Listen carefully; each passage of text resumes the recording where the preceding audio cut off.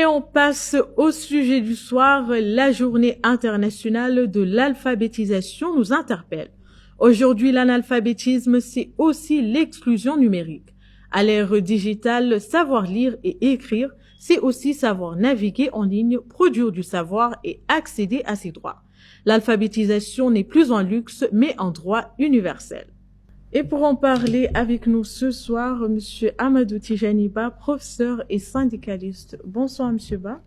Bonsoir et merci aussi de m'avoir redonné la parole. Merci aussi à la chaîne TTV. Je vous en prie. Alors, Monsieur Ba, quelle est la réalité de l'analphabétisme aujourd'hui?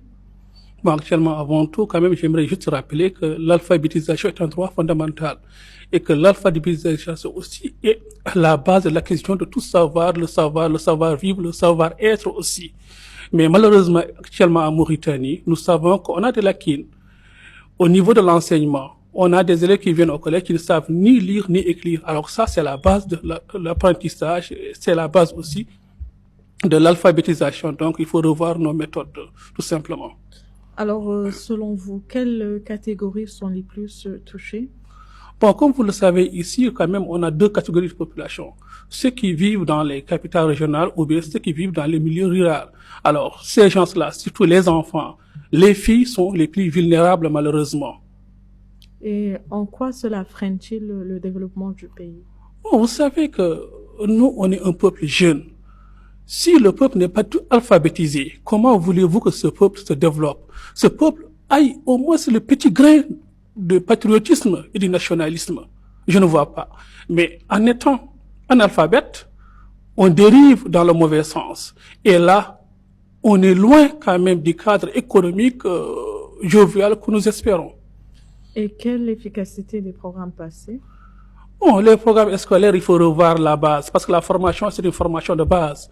Parce qu'au niveau de fondamental, il faut revoir. On sait que dans le milieu rural, on a des enseignants qui se disent bilingues, qui ne sont ni arabisants, ni francisants. Et des élèves aussi qui viennent au collège qui ne sont ni arabisants, ni francisants. Mais comment on peut acquérir une connaissance en ignorant la langue de formation? Donc là, il faut revoir, je ne sais pas, les méthodes d'apprentissage. Non seulement, il ne faut pas bicher seulement les contenus, mais il faut savoir mettre le doigt, lire et écrire. Alors, à votre avis, Monsieur Ba, dispose-t-on de statistiques fiables? Bon, l'État a des statistiques fiables. Laissez-moi, je vais garder ma réponse. Alors, comment l'école peut-elle prévenir l'analphabétisme? C'est simple actuellement. Soyons nous-mêmes. Il ne faut pas essayer de copier sur le programme des autres. Parce qu'on sait très bien, dans ce pays-là, il y a des méthodes classiques. On est un peuple éveillé. On est un peuple quand même qui a s'est implanté. On a vu s'implanter l'islam. Mais donc, ce sont des gens qui ont appris. Revenons à nous-mêmes. Revenons au classique, tout simplement. Et puis, ça ira tout simplement. Alors, Monsieur Ba, à l'ère du numérique, peut-on utiliser les technologies et les téléphones portables comme outils d'éducation pour adultes? Oui, pour adultes, mais malheureusement, actuellement, là où nous sommes, les parents d'élèves ne maîtrisent même pas le contenu numérique de leurs enfants.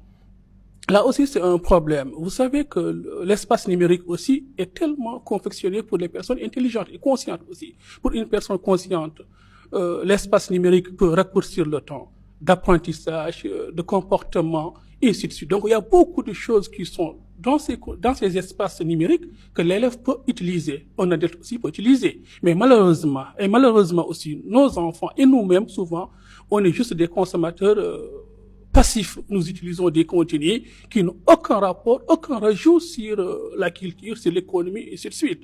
Donc ça, il faut revoir. Donc je me pose toujours la question, il y a combien de parents d'élèves ou parents tout court qui maîtrisent le contenu pédagogique de leurs enfants dans les appareils connectés?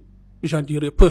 Donc il faut revoir cette question-là. Et pour finir, Monsieur Ba, quels sont les principaux obstacles actuels? Malheureusement, je dirais la politique tout simplement. Vous savez que, d'après l'UNESCO, on ne peut pas quand même enseigner, surtout aux élèves qui ont moins de 5 ans, 6 ans, 7 ans, que dans leur langue maternelle. La meilleure façon de donner des connaissances à ces enfants-là, c'est dans leur langue maternelle. Donc, si on est loin des politiques, on essaie de rationaliser l'éducation en incluant les langues nationales, surtout la Mauritanie a une expertise avec l'Institut des langues depuis 1979. C'était un institut où l'éducation en langue nationale a été quand même validée et évaluée par Breda 2 fois et par même le ministère de l'Éducation nationale. Donc, revenons tout simplement à cet enseignement et mettons.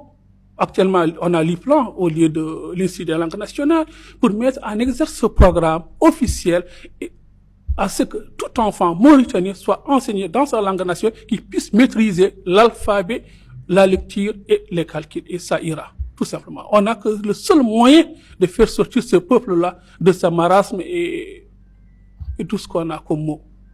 Alors, Monsieur Ba, merci d'avoir répondu à nos questions. Donc, merci aussi, une fois de plus aussi, à la chaîne TTV aussi. Donc, merci à vous. Merci.